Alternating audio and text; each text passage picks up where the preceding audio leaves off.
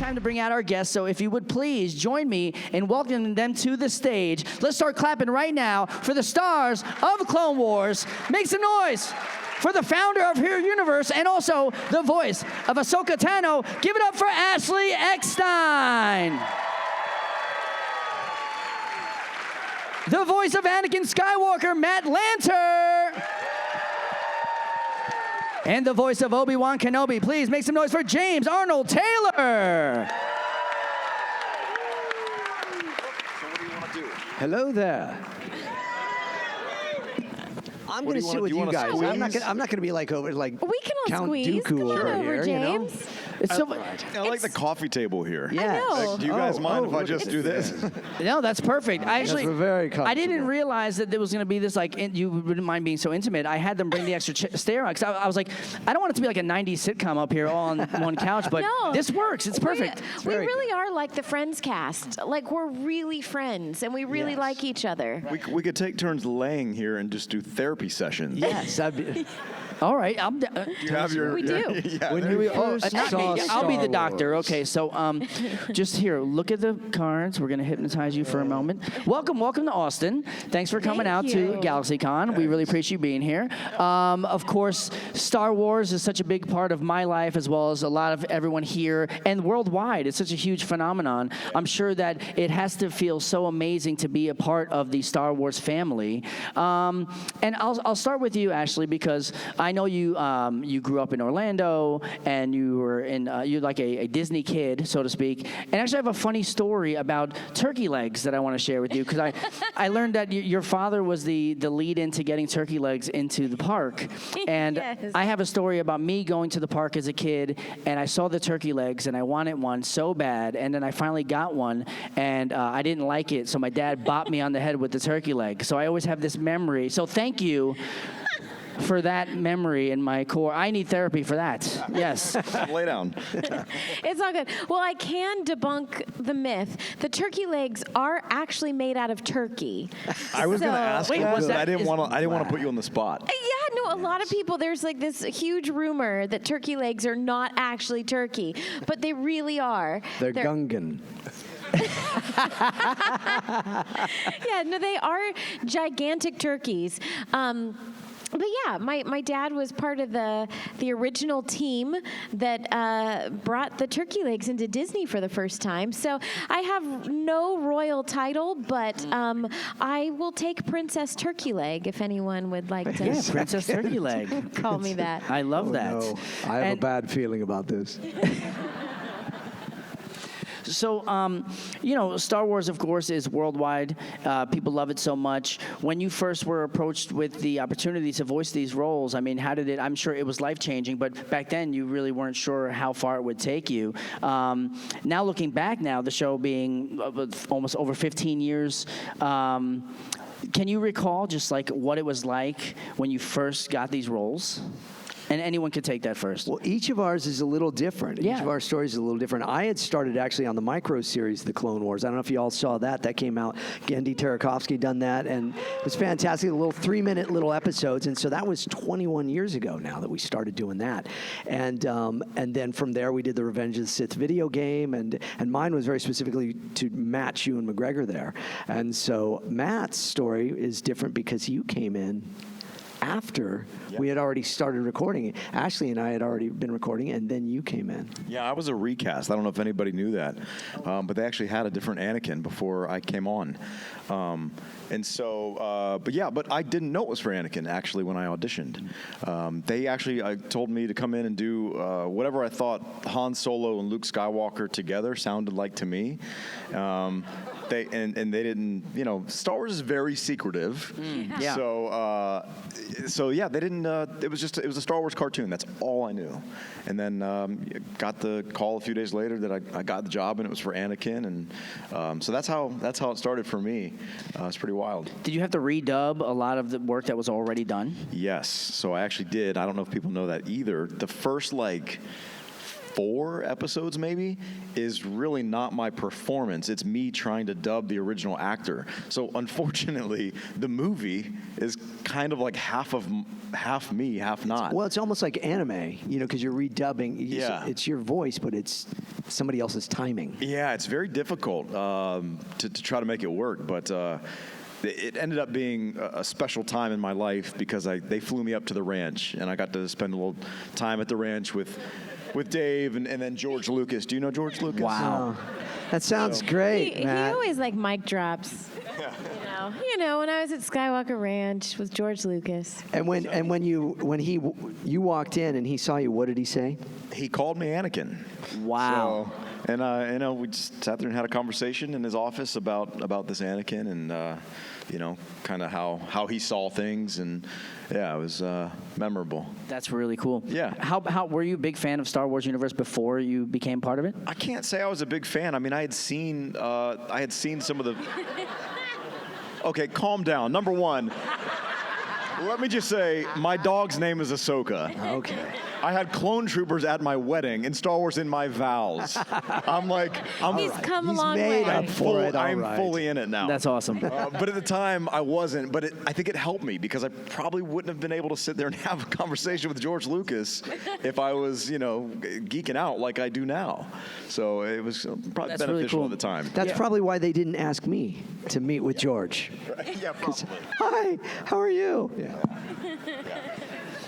My wedding was like had Star Wars in it as well. My wife came down to the Royal March, and yeah, so it was really. I was Royal standing. March or Imperial March? No, the Royal March. Okay, yeah, got not it. the Imperial March, but I was standing at the front with the Kidding. Darth Vader mask on. Really? Absolutely, yeah. We went all out. We had we gave each other our rings on little lightsabers. Like, Wow. it was really cool. You out Star Wars my own wedding. I wasn't trying to, but I guess yeah. But that's really cool that you got to like implement it in your own life. My wife, one of her vows was, "You're the Obi-Wan for me." Oh my gosh, Oh, I like that. Yes. Yoda best. So again, this is a Q&A. I don't see any people lining up, so feel free. Somebody has to break the ice over there. Look Go at start that. lining There up. they But go. before we do go to the fan questions, I just want to take a moment to speak to you, Ashley, about her universe and how. I mean, I know that it's you probably told the story so many times, but for those who are not, who don't know about her universe, how it started, the importance of it, can we just give a little insight on how it got started? And let's talk about the importance of it. Yeah, absolutely. Well, first of all, thank you for asking. course. And we have a very special treat here at GalaxyCon, and I want to thank the team at GalaxyCon for making this happen. Because if you go over to where we're signing, right next to me is a Her Universe booth, which is very rare. HerUniverse.com is a website, and Her Universe is a company that I founded back in 2010. And it started out as a clothing line just for female fans. Because believe it or not, things have changed a lot. But back in 2008, when Star Wars: The Clone Wars came out, the stereotype was that Star Wars was just for men and boys. And I wanted Star Wars clothes made for me to promote, the series. And I went shopping, and I very quickly came up empty-handed. And I was told to be happy with a men's size small because women and girls would not buy Star Wars clothes made for them. And Wrong. I know. Well, exactly. And I'm like, wait a minute. I know that is a false stereotype because I was going to conventions, I was going to events, and I saw just as many female fans as male fans. So I'm like, this just isn't true. So I started Her Universe in June of 2010. We started out with just a couple Star Wars t-shirts made for women and girls, and now we've grown to be a true fashion and lifestyle brand for everyone. So you'll see at the booth, it's not just fashion for women, but it's also for men and unisex styles. We have a sub-brand called Our Universe, which means it's just truly, this world is for everyone, not just for men and boys, not just for women and girls. It's literally for everyone. And so thank you for asking. You can actually shop Her Universe here. But if you don't see what you want, because we have a lot more on the website, just go to the booth anyway, where there's a pamphlet with a coupon in there. So you can go get, I forget how much it's for, but a percentage off your next order. So this is her universe. We've got Anakin stuff, Obi-Wan stuff. We have a Clone Wars collection that's about to come out. Exclusive. So stay tuned for that. But yeah, thank you for asking. No, absolutely. I think it's so important that everybody has their fandom and to be able to represent it, or to just find what they're, because Star Wars, there's so many different races and everyone, there's different shapes and sizes and colors, and to be able to represent that, and us as humans, we all come in different shapes and sizes, and we should be able to feel like we have our representation. So for you to be the founder of that and to take the initiative to get it started, we appreciate that, and I want to say thank you for that. Thank you. Absolutely. Thank you so much. Yeah, and for thank sure. you all for your support. It means the world. Thank you. Awesome. All right, so again, I could sit here and speak to you all day. I mean, my ring says a long time ago in a galaxy far, far away. It's amazing. But it's not about me, it's about the fans. So we do have a line here. So step up to the mic, and what's your name and what's your question? My name's Leanne. Actually, you kind of answered my question of some stuff coming up for her universe. But I want to thank you for finally putting pockets in all the dresses that are deep and actually fit stuff. Thank you. Made it easy to bring the ketchup packets to Matt. Yes, thank you. Thank you for that. Thank you. I know. Okay. Now we have to tell the Can we get some story, backstory right? on that? Ketchup Here packets. we What's that? go. It's got to be quick because we've got Okay, questions. Yeah, we'll tell it quick. Ketchup but wars. Matt and I, going way back to probably 2011, maybe, Yeah. started the Ketchup Wars. And at Walt Disney World, there's a restaurant where if you ask for ketchup, they literally bring every single ketchup bottle in the entire restaurant to your table. Well, Matt and his now wife Angela were eating there, while me and my husband David were eating there. We were in on the joke, they weren't. So we got the whole restaurant in on it, that whenever anyone asked for ketchup, they had to take it to their table. And so ever since, everyone has been on Team Tano, and they bring ketchup to Matt. Yeah, it's been a blast. So if you would like to just inundate Matt with ketchup, that'd be much appreciated. Oh my So gosh. thank you. Do you know what? That's bullying. I think it is, I yes. brought you mustard too. Oh. Yeah, you did. You brought me double the amount of packets. Thank you. That's because of the pockets. Yeah. Yes. So you can fit lots of ketchup and mustard in those pockets. Well done. Yeah. Thank you. I But just yes. got word that your coupon is for 66% off. Oh, wow. Oh, man. That'd be very That's not true, but that would be fun. for the Clone Wars collection. Hello there. All right. Thank you so much for your question. Hi, what's your name and what's your question? Hi, my name is Austin, and I have a question for Ashley. I believe that you were the first appearance and you're the original voice acting for Ahsoka. How did you get involved with the project? Oh, well, yeah, I guess I didn't share Yeah, that. yeah. So I, like Matt, went into an audition. I knew it was for the new Star Wars show, but I didn't know anything about it. And I actually auditioned for Padme. So, and I was, I love Padme. I was super excited and then simultaneously super bummed because I could not be a voice match for Natalie Portman. I could not do Padme's voice. So I almost didn't do the audition. And my agent begged me. He said, Ashley, whatever you do, just go in there. And so I went in, and sure enough, said the first line is Padme, and Dave Filoni stopped me, and he was like, no, you sound too young to be Padme. But there's this new character that nobody knows about, and we think you could be right for her. So I auditioned for this new character, still don't know anything about her, but she has an Icelandic accent. And guess who can't do an Icelandic accent? Me. So somehow I got a call back, and they tell me, tell her to practice her Icelandic accent. And so I do. I go to a dialect coach. I think I master an Icelandic accent, and I go in and I say my first line for this character that I still don't know what it is, and Dave Filoni stops me, and he was like, no, can you make it sound more Icelandic? And so I was so frustrated because I thought I had mastered Icelandic, so I raised my hand, and I'm like, I'm sorry, but I am doing Icelandic. I don't know what you want. Yeah. Yeah. Yeah. Yeah, so you should never talk back to the director, but turns out that's what got me the part. Because Ahsoka's snippy, but not bratty, and so somehow I rode that fine line of being snippy but not bratty by talking back to the director, and I thought for sure I wasn't going to get the part, but about 2 months later, I got a call saying, congratulations, you're going to play Ahsoka Tano in Star Wars. And I'm like, wait, what? Who's Ahsoka Tano? What is she? And I didn't even find out who she was until our first day of work. And then that's when I'm like, Anakin has a Padawan? What? So, yeah, it was definitely mind-blowing, for sure. I mean, I didn't get to go to the ranch and meet George. Eventually we did. We like to give Matt a hard time, but we are all very blessed. We did get to meet George Lucas. We got to go to Skywalker Ranch. It was really cool. But yeah, I did have that moment of walking into George's office, and he was like, Ahsoka, which was very surreal. That's great. Thank you. And I can tell you love the character. Thank you. Thank you so much. She's truly a piece of my heart and soul because I got to bring my heart and soul to the character. All right. Thank you so much for your question. Hi, what's your name and what's your question?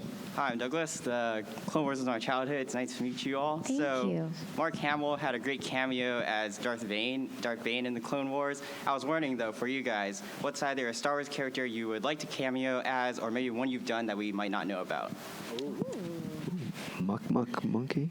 You Muck were the Muck Monkey in the Clone Wars. Matt was the Muck Monkey. Matt was actually awesome. There's a lot of voices in there that I think people wouldn't know are Matt. Wouldn't you say, Ashley? I mean, yeah. Matt does a really okay. Let's be honest. talk about Matt. We've learned from the best. I mean, James Arnold Taylor is just a legend and an icon when it comes to voiceover. So we got to learn from him. But Matt brilliantly disguises his voice, so you have no idea it's Matt Lanter. Yes, you have no idea it's me. Right? I don't know what that was. I got to do a cameo in The Mandalorian, which was really fun. Whoa. I assume most people know, but they killed me real quick. Oh, right. The officer. Yeah, so. But you did get a name. I did, yeah. I got a name in the show, and then in the credits they don't even give the character a name, which is really weird to me. But his name is Davin, so yeah, it's Davin in The Mandalorian. Wow. One thing a lot of people don't know, I voiced the droid K2B4, and there was someone on the crew that was a massive Lakers fan and specifically a massive Kobe Bryant fan. So I don't know how the droid ended up being a female droid, but the fact that I got to voice this droid that honored the incredible Kobe Bryant is just truly an incredible honor. And I think the droid is purple and gold. Oh, so yeah, that's if you see awesome. K2B4, it's named after Kobe Bryant, 24. And I'm Obi-Wan Kenobi, but also, and a lot of people don't know, Jedi Master Plo Koon as well, yes, Kotoya. And then if you go to Disney World or Disneyland and go on Rise of the Resistance, I'm Lieutenant Beck that takes you on your journey. I have a bad feeling about this.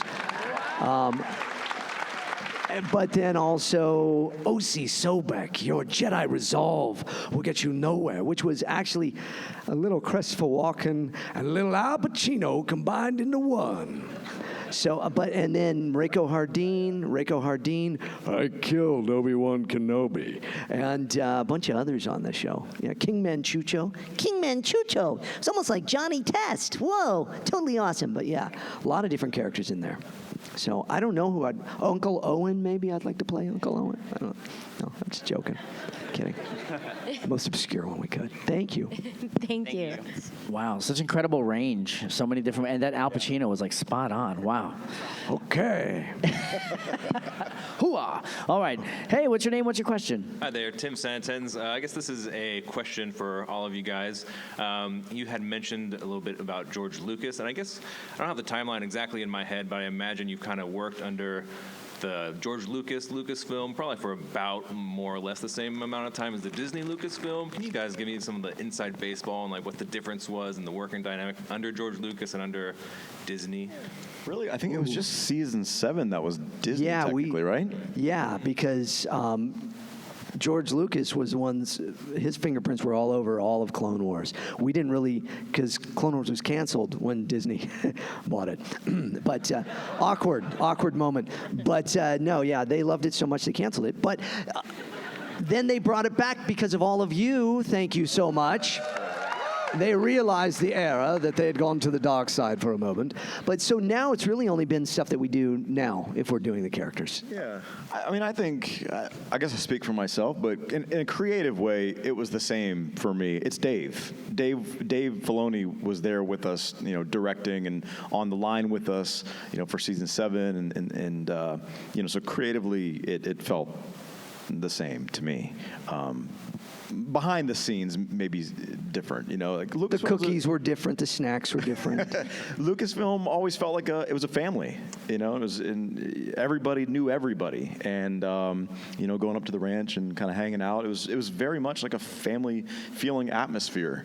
As far as that type of stuff, behind the scenes stuff, unfortunately, we didn't get to do much promotion at all together for season 7 because of COVID. So we kind of just did our thing from our own places, and then and that was kind of it. And we watched, when it came out with all you guys. Yeah. Awesome. Yeah. Thank you. Thank you. All right, hi, what's your name and what's your question? Hi, my name is Isaiah. I had a question for all three of you. So because The Clone Wars was a series and rather than just movies, it really, and I haven't done the math on this, but it seems like you guys have spent more time as these characters than the live action characters yet. So what was that like, being able to expand the universe of already existing and beloved characters, especially with Matt and James, you guys got to see the brotherhood of Anakin and Obi-Wan, and then Ashley, you coming in, being Ahsoka.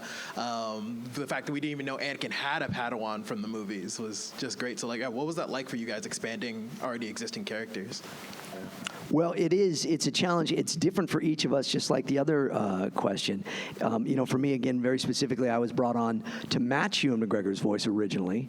And then once we started doing Clone Wars that we all know and love now, not the micro-series, it was very much Dave giving us the freedom to take the characters and make them our own. Because at the time, they were saying, George was saying, look, Ewan McGregor's never going to play Obi-Wan Kenobi again. Hayden's not going to play, Anakin. Little did we know, right? But that was the world we were living in. And Clone Wars was the Star Wars out there. Yeah. So, and then welcome Ahsoka Tano, the coolest new character ever. She's always been my favorite, and I just think that was awesome for Ashley to be able to take that and create it. So it's a different story for each one of us.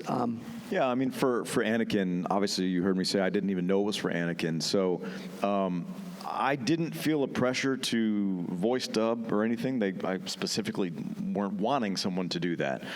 So I really got to bring a new season of Anakin's life to the screen, and I'm honored to be able to do that. I think it was a great creative choice on George and Dave's part to want to do that, just to show Anakin as a hero.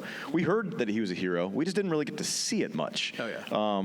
But I got to kind of bring that out in him, and I think it's done the character justice, and it makes the saga, in my opinion, so much stronger. Because when you care about the guy and then he falls, it's so much more tragic. And to know the relationships that he had, and it's such a sad story when you know the guy that he could have been, and what all the positive that he could have put into the galaxy, but instead. I actually cried whenever I saw him starting to turn in the series. So. Yeah, it was super emotional.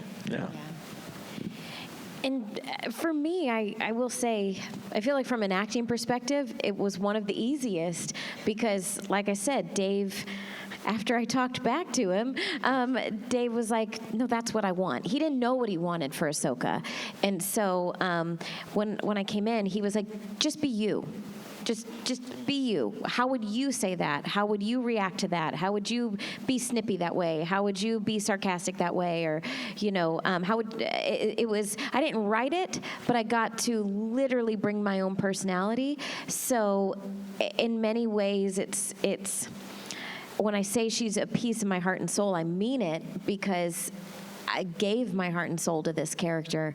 But yeah, I think it's exciting. And thank you for asking the question, because especially these guys, they brought so much to Obi-Wan and Anakin that the live action actors, while their performances are absolutely incredible, they didn't have the time to bring to the characters. That's what we had the luxury of. We had the luxury of time, and showing those snippets of daily life. And so yeah, they've brought so much to Obi-Wan and Anakin. Oh, come on now. No, it's true. And as their hype friend and proud friend, I like to scream it to the mountaintops because they've made these characters that were already so beloved that much more beloved as well. Thank you. Thanks for your question. Hi, what's your name and what's your question? Hi, my name's Jasmine, and first of all, Ashley, thank you for the skirt. You look gorgeous. Thank you. Cool. But I want to know, what's y'all's favorite Star Wars movie out of the whole entire franchise? Ooh. I like Revenge of the Sith because of obvious reasons. I don't like those reasons. I like Star Wars: The Empire Strikes Back. I love all the training, the Jedi training with Yoda and Luke. Yeah. Yeah, most people love Empire Strikes Back, and for many years I was like that because now I'm the only one in the room probably that was old enough to remember seeing Star Wars: A New Hope for the first time. I was 7, when it came out. I'm an old man, and I have to go back to A New Hope because without A New Hope we don't have any of these. And when I watch Alec Guinness, Obi-Wan Kenobi. Now that's a name I've not heard in a long time. Now I'm applying everything Ewan McGregor did, everything that I've been blessed to be able to do, to that look he gives. When he looks off and the music hits, doo-doo-doo-doo-doo, and it's magic. But without that, we don't have all this. So it comes full circle. Thank you. Yeah. Thank you. Thank you. Great question. Hi, what's your name and what's your question? Hi, I'm the Misfit JJ Orr. My question was, what was the most surprising and unexpected fan reaction to you? What surprised you the most from the fans? Wow. That you like us. You really, really like us. I will say for me, something like, I shouldn't say changed because I know Ahsoka has really been inspiring people from the beginning. But after Ahsoka walked away from the Jedi Order after season 5, she instantly walked into all of our hearts. And how she started changing people's lives and in many cases saving people's lives from the strength that she showed to walk away from a situation that no longer was working for her and starting a new beginning was really incredible. I saw a movement of change, and she instantly went from the screen into people's lives and into their hearts and souls. And so that's been the most incredible reaction, I guess, is hearing how she's impacted people's lives. Yeah, awesome. Some people want us to sign their body parts so they can tattoo them, and I think that's really crazy. Like, I've ruined a few bodies now, and it's just like Anakin. What if you just started putting the number 66? That's awful. Oh no. But like, I don't know. I'm like, I have to remind them, like, this is permanent. You know this, right? And they still want me to do it. And I don't know. I get it. Thanks. All right, thank you for your question. Hi, what's your name and what is your question? Hi, my name is Kara. So my question is there like a non-Star Wars song that you think just perfectly embodies your characters? Higher Ground. Red Hot Chili Peppers, or Stevie Wonder originally, yes. I got to come up with a new one. I've said this before, but it's Let It Go. But that's actually perfect for Anakin if you think about it. Yes, it is. If It he would have really just is. let go. Yes, Like, yes, it everything's is. different. For me, this is one of my personal favorite songs, but it actually really works for Ahsoka. It's The Middle by Jimmy Eat World, because, Ahsoka's journey has been a journey. Is that it just takes Take some time, Okay. little girl in the middle of the ride. Anyways, I didn't know that would turn into a concert. Yeah, but yeah, Ahsoka's always kind of been in the middle of her journey, and because we don't know the end, of her journey, it is the middle. And it's been full of ups and downs and people that have obviously turned on her, mistrusted her. And so, yeah, listen to that song. It's very inspirational and it's very Ahsoka. Thank you. And also, Ashley, thank you so much for her universe. Thank you. You look gorgeous. Thank you. It's so cool to see everybody coming up and they're all wearing something different. And I want you to know, that never gets normal to me. It's always surreal. When I see people wearing her universe, there's never a moment where I'm just like, oh, yeah, they're wearing her universe. No, it's always like, oh my gosh, they're wearing her universe. Did my mom put you up to that? Like. It's so cool. Hi, what's your name and what's your question? My name is Evan. Now, me and my friends are trying to create a Star Wars musical, and I wanted to ask you about tips on trying to bring those fictional characters to life on the stage. Oh my. Okay, fun fact. Yeah. To Dave Filoni's chagrin, we always tried to do a musical episode of Star Wars: The Clone Wars. Yes. The Duchess Satine and Obi-Wan. That would be wonderful, wouldn't it? Yes, like the most epic love ballad, right? And Dave Filoni hated it. He was like, no, it's never going to happen. And I'd always bring it up. I'm like, Buffy's doing it. We did it on a show I was on, Batman the Brave and the Bold. We had the music maestro. I don't know if you all saw that. I played Green Arrow. Got to sing with Gray Delisle. It was great fun. But yeah, I don't know, for developing so characters and songs and what you're trying to bring them to life on the stage. Well, it's all in the voice. It is all in the voice, really. I mean, that's the beauty of being voice actors, is you can look like me, a scrawny kid, 5'4", 110 pounds soaking wet, and you can be Fred Flintstone or Andre the Giant, and you can create things. So just stay in that headspace that anybody on stage doing the things, doing the voices, doing the characters can be those if they just buy into it themselves first. Okay. That's a great answer. All right, thank you so much for your question. Hi, what is your name and what's your question? Hello, my name is Ariana, and I wanted to ask you guys, what was your reaction when Obi-Wan faked his death? Yes, what was your reaction? I'm trying to remember Well, what with Reiko Ahsoka's Hardin, reaction was. how was my funeral? Yes. Well, I will tell you, I don't so much remember from Ahsoka's perspective, but I remember from my perspective, because James gave one of the most epic performances, I think, of his career, being Obi-Wan and also Reiko Hardin. And I remember just watching him in awe of swapping for characters just back and forth. But then the emotional performance was just incredible. And so that's what I Matt remember. did, I don't know if you remember this. Corey Burton and I are on either side of you, Matt, and we got the scripts when we walked in, so we literally got it that day. And I'm like, Obi-Wan's dead? That doesn't jive with me, and you did Obi-Wan, and you shouted out Obi-Wan, and Corey Burton and I are like choking up. It was beautiful. It was powerful. It was like Anakin's moment there, because we had to buy that you believed it. Do you remember that at all? Not at all. Okay. We recorded these episodes Honesty so is the long best ago. policy, is it not? Sometimes these guys bring up stuff, and I'm like, what? Where was I? You were there. You were wearing a skirt, and... Well, that's a normal day. Okay, yeah. Kilt. We call it a kilt. Well, thank you for the question. Yeah, thank you so much for your question. Thank you. All right, step on up to the mic. What's your name and what is your question? Hello, my name's Alex, and my question is, obviously there's a lot of people here who love the Clone Wars. So how does it feel to know you made one of the best Star Wars shows so far, and it's impacted a lot of people, evidently?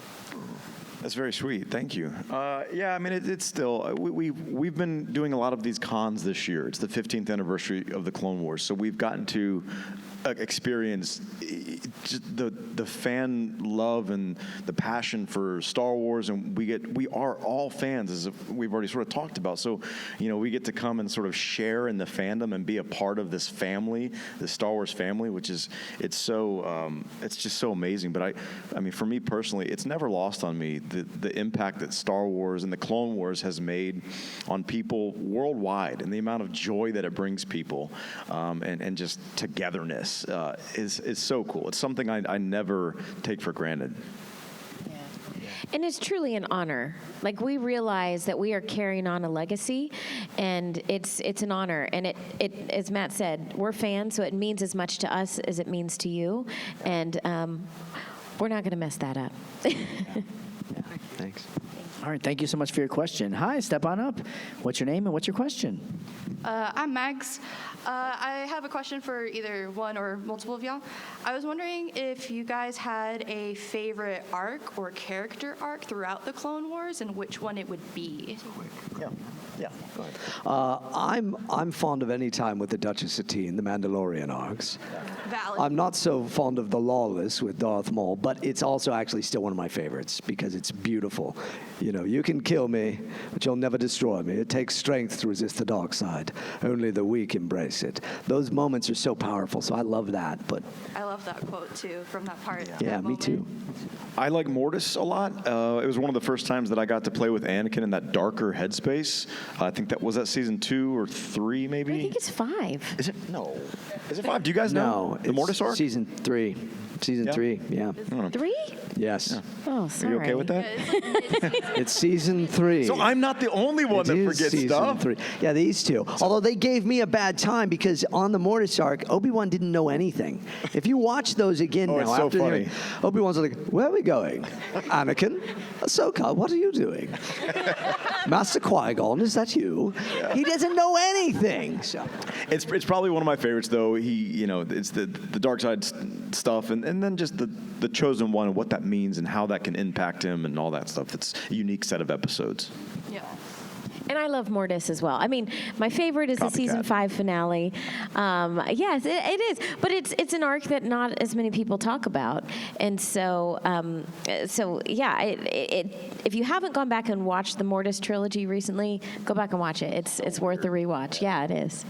Thank you. Thank you. All right, so just really quickly, I just want to make it known we are starting to run short on time. So with that said, if you don't get to ask your question, please feel free to visit them down at their tables for the rest of the weekend. They'll be here. You'll have an opportunity to ask a question, but I will at some point have to cut it off. I'll be the bad guy. I apologize. But for now, let's just lightning around. Let's try to get as many questions as we can. Okay, we'll try to do our for best. who's left in line. Yeah. All right. Hi, my name's Hayden, and I was just wondering that going in knowing that everything your characters worked for and the entire war would end so tragically and that your characters would eventually turn against each other, did that ever impact your performance? What a bummer. Sorry. I'll actually take this one because this was something Dave constantly said. He reminded us that we all know the future, but our characters didn't. Yeah. And so he always said, no, you wouldn't be that emotional. You're emotional because you, as Ashley, as an actress, know what's about to happen. Ahsoka doesn't know. So it was a constant reminder to all of us. Yeah. I don't think. Sorry. It's not something that I carried with me into every session or anything. We did do like little dark side flashes, but that was less about the character relationship, more about just Anakin's overall attitude and aggressive nature as he moved forward. And I tried not to watch Revenge of the Sith much while we were doing it because I thought my Obi-Wan isn't that. He's the chosen one. So I always try to stay in that headspace. So yeah, thanks. Awesome. Thank you so much. Thank you for your question. Hi, step on up. What's your name and your question? My name is Mani, and I got a question. How does it feel to have Fortnite skins? To have Fortnite skins. So skins in Fortnite. Oh, yeah, I wish they had voices is really all I'd say. I'd like it a lot better. I've never played Fortnite, so I didn't even know that. Thank you. Is there an Ahsoka Fortnite character? I believe, yeah. What? That's cool. Get my agent on the phone. Yeah. That's really cool. I didn't know that. Thanks for letting us know. So you just got a genuine reaction. Yeah, Matt, now you have to play. You have to get in. All right, come on up to the mic. What's your name and your question? Hi, my name is Zach. I was wondering, is there a scrapped storyline or arc that you wish that fans would have been able to see? Well, there's the ones that are out. They're out on YouTube, and some folks have. Oh, Matt's getting a call. Yeah. Sorry. Yeah, Oh, it's his wife. Yeah. She always calls when we're on. Every time. Hey, babe, I'm on the stage right now. Can I call you back? Yep. All right. See ya. Love you. Bye. May the force be with you. I'm sorry, what was your question? Is there a scrap storyline or arc that you wish that fans could have been? Some of the fans have actually animated. There's a brilliant fan that has animated the one with the fireside scene. Have you all seen this of Anakin and Obi-Wan? And we're talking about Ahsoka, and it's beautifully done. It was what would have been season 6. Yeah, I think so. It was going to be in season 6, but yeah, those ones were cool. I don't know, anybody else? No? Okay. Yeah. Thank y'all. Thank you. Thanks. All right, we're going to have, I believe, enough time for maybe 1 or 2 more questions. Come on up. Oh, okay. Do too. You can do it. Hi, my name's Ezri, and off of Clone Wars, do you guys play instruments? Well, I play the saxophone. That's how I met my wife in marching band back 35 years ago. Wow. She played the flute. And we marched together. And in fact, I have 2 of my oldest friends in the world. They're not old, but they're my oldest friends in the audience with me from marching band and from all that time way back then. So that's pretty cool for me. But yeah. I don't really play. I used to play chords on guitar when I was younger, but not much anymore. And I used to play violin and viola. Yes, I don't anymore, but I loved it. Yes. Do you play an instrument? Yeah, I play the French horn and the violin. Very cool. Very Wow. cool. Awesome. Very cool. Well, keep it up. Thank you. May the force Thank be with you. you. All right, this is going to be our final question. I apologize if you didn't get a chance, but again, visit them at their tables so you have an opportunity to ask. All right, hi. Okay, so my name is Steven. This is a question for Ashley. What was it like coming back to the role of Ahsoka in Rebels? And also, what are your thoughts on why they didn't pick you for the live action? I mean, let's just answer the first question. That had to be the last question. Oh, man. Well, you know what? I was 25 when I was cast as Ahsoka, and Ahsoka was 14. So while I feel like I grew up with Ahsoka, I was already in my adult life. Once I started recording Ahsoka in Rebels, I was actually pretty much the same age as Ahsoka. And I was going through similar things in my own life as Ahsoka at that time. And so it was really cool because I felt like, already I was bringing my own personality to her, but I really felt like we had caught up with each other. And I was truly bringing like my everyday life and even my own voice, because I pitched Ahsoka up in Clone Wars, so she's like, always in time to save your life, Sky Guy, in Clone Wars, but in Rebels, it's kind of like my own voice right now. This is a new day, a new beginning, or I'm no Jedi. So, so that's more of where my natural register is. So it was just really cool to truly be myself with Ahsoka, and yeah, Ahsoka. This is what I'll say. This is why I say Ahsoka lives in all of us, because what I try to do, whether I get to play her on screen or not, is be a real life version of her, because she really has transcended from the screen, as I said earlier, into all of our hearts. And so I don't even view it as what project I get to do Ahsoka in or not. I view it every single day when I wake up, I ask myself, what would Ahsoka do? And that's what I try to do. I live my life the Ahsoka way. And so yeah, that's how I feel. That's my mission. Well, perfectly said. Absolutely. And thank you so much for your question. Thanks, everyone, for being here for this amazing panel. We're going to do a stage selfie with everyone here. Go ahead and stand up. But let's give one more big round of applause for the cast of The Clone Wars.